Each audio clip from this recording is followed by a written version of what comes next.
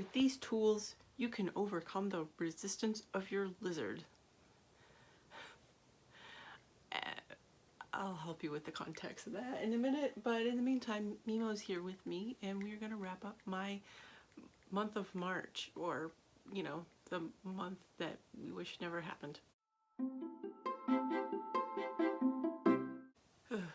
I'm exhausted. But anyway, missed me much?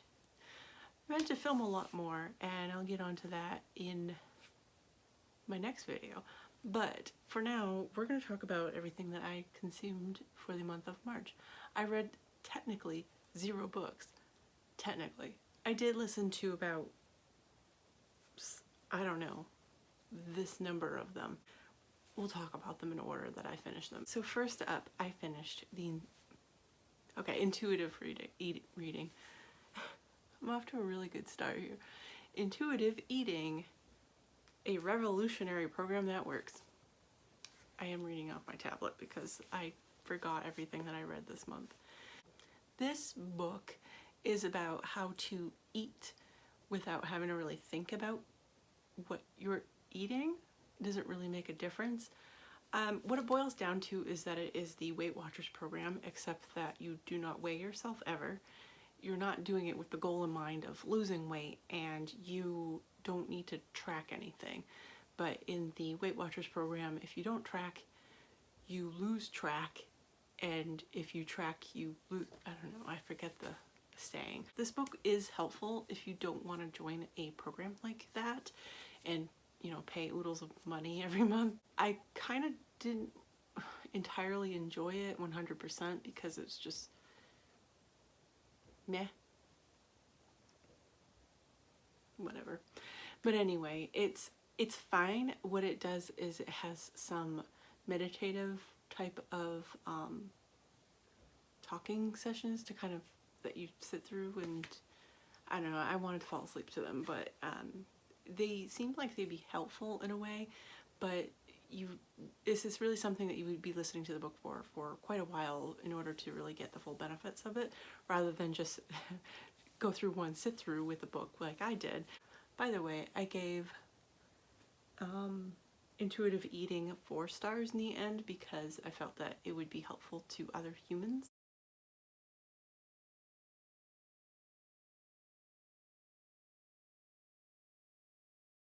Moving on, book number 2, The Dark is Rising, which is it's called The Dark is Rising series, which Susan Cooper wrote back in the 70s, and I was impressed by it because it does hold itself up.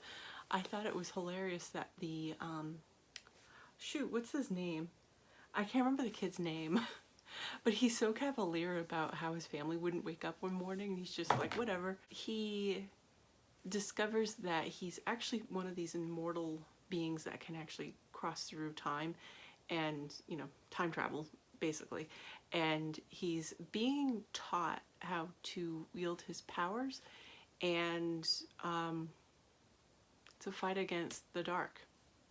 It's a vague presence. It's not really a specific person. It's a, I don't know, there are people, but they're but it's no one person that is a villain. It's the whole concept of the darkness, and he's out to battle it. And we'll move on to more, I don't know, quests in the future. There's 2 more books after this one. They do reference the first book in this, but it's just like a really vague, like, yeah, they just, you know, they mentioned the Holy Grail quest, and that's pretty much it. But other than that, yeah, the book holds itself up really well, and I can see why it did win accolades at the time. And yeah, it's interesting, so I do recommend it. I think I gave this 4 stars. Next, I read Platform 7 by Louise Doughty, and this is a tough book for me to really judge because on one level it felt like it was going down a path where they talked about suicide and how it was a heartbreaking thing for people, and then it kind of goes down on another path after a while, and it's like, well, good riddance type of thing, which was, I don't know if that's really a healthy. It's supposed to be a mystery-ish thriller. The mystery, it was more like a domestic thriller, which I was really not in the mood for. I wasn't expecting it. It is about this woman she witnesses this man commit suicide on a train platform, and she is a ghost and she can't leave that train platform, but then one day she can. You find out why she can, and you kind of go down her memory lane of what happened to her and why she is dead. And it's difficult to read because there's a lot of gaslighting. It's frustrating to read, especially when I've read a bunch of other books that dealt with the same topic, and I just, I probably would have rated it more if it were something that I had read after like a ton of fluffy things or something like that. But I enjoyed the writing. I just didn't care to there's no real linear story, because you just kind of jump out of the beginning of the book and then you kind of go back to it like at the very end of the book. I think I gave this 3.5 stars. Next up, I listened to Lori Notaro's book, Housebroken, Admissions of an Untidy Life. All you really need to know about this is that it's a collection of essays about her semi-domestic life, and it's hilarious, and I definitely give it 5 stars because I love everything that Lori writes, and I think there's only a couple books left that I have not finished that I haven't even picked up by her, but I'm definitely looking forward to them. It's just a collection of essays about her domesticated life and how she got into sewing and cooking with her husband, and feuds with not quite feuds with her neighbors, but living in Oregon. It's interesting stuff. So 5 stars. Next was a novella-ish book called Optic Nerve by Maria Gainza. And this book follows this woman she has this fascination with art, but she's not an artist per se, but she's just an art appreciator. And she kind of just talks about some various paintings and sometimes the painters themselves and how they relate to moments in her life or people that she has known. It's fascinating, but it's also kind of dry. There's no real plot to it. She's just driving around and she's got like a headache or something, and it's clearly an issue with her eye. But that's just one little snippet in her life, and it's just it's interesting. I don't know if the book really translated well. I think it takes place in Argentina, and the way that it was written, it felt almost like it was translated too formally, and it wasn't quite as casual as I was expecting. But other than that, I think I haven't rated this book yet because I'm still wavering. I think I'm giving it about 3.5 stars because it's interesting, somewhat tragic, but it's quiet. It's not an exciting read, so it's not something that I would actually want to reread again. So probably about a 3, maybe a 3.5. Boom. Next book completed. Next book I finished was Come Tumbling Down by Shauna McGuire. This is actually read by the author herself, and it's interesting to hear it by the author. So I enjoyed that, but I didn't particularly care too much about the plot of this book because it felt like another plot that we've already read. It feels like a cross between books 1 and 2 or something like that. It's still quite character driven, but we return to the story of Jack and her sister Jill, and Jack arrives back at Miss Evelyn's school for wayward children wearing the body of Jill, and that's all I'm going to tell you because I don't want to spoil anything from books 1 or 2 or 3 or 4.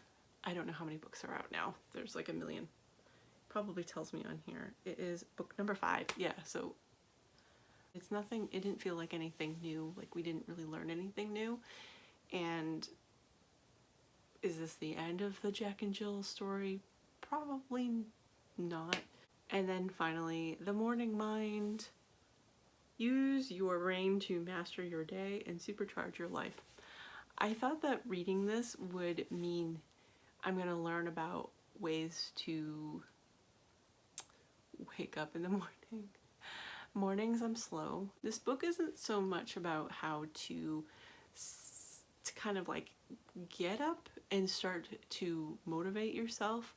It's more about how you structure the rest of your life so that you can become not a morning person, but how your mornings can be more productive. That's pretty much all I got from this. It was interesting because he talks about Eastern and Western medicine and how you can use both to your advantage. Talked about everything from posture to just writing in the morning and what you should be consuming at certain times of day in order to get the full benefits of your body's mechanics and their best functions. So it was really interesting. I just didn't, it's stuff that's gonna, I'm already forgotten 90% of it.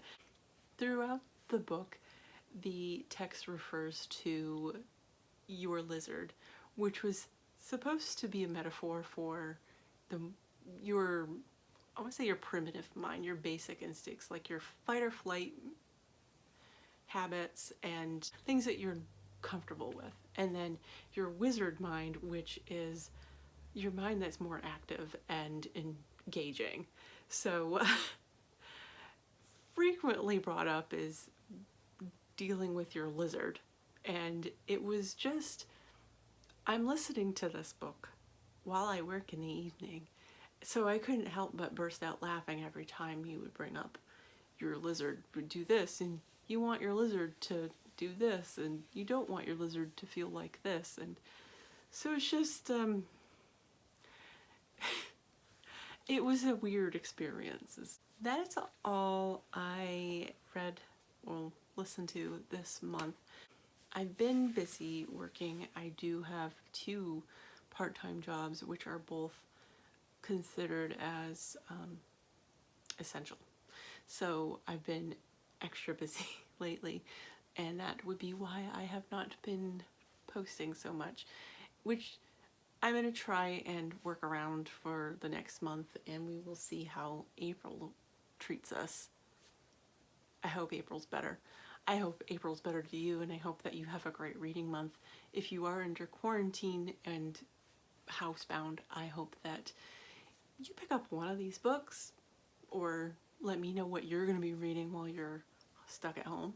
And if you've made it this far in the video, please like and subscribe if you haven't already, and I will be seeing you very shortly, and hopefully a little bit more frequently with more content.